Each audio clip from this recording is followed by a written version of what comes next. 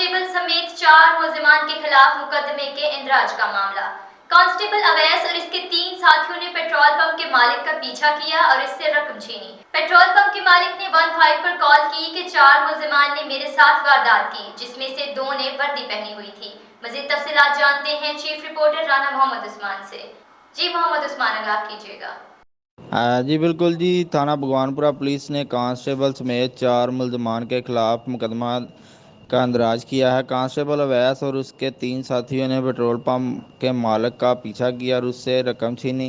Petrol pump के मालिक ने 15 पर कॉल करके 4 मुलजमान ने मेरे साथ वारदात की है, जिनमें से 2 ने वर्दी पहन रखी है। CPO गुजरांवाला राना याद सलीम ने वाकया का नोटिस लेकर फौरी मुकदमा दर्ज करने का हुक्म दिया। SP सिटी से रिपोर्ट तलब करके वाकया में मुलव्वस मुलजमान को फौरी गिरफ्तार करने का हुक्म दे दिया। मुकामी पुलिस ने पुलिस कांस्टेबल अवैस और उसके 2 साथियों को गिरफ्तार कर लिया है।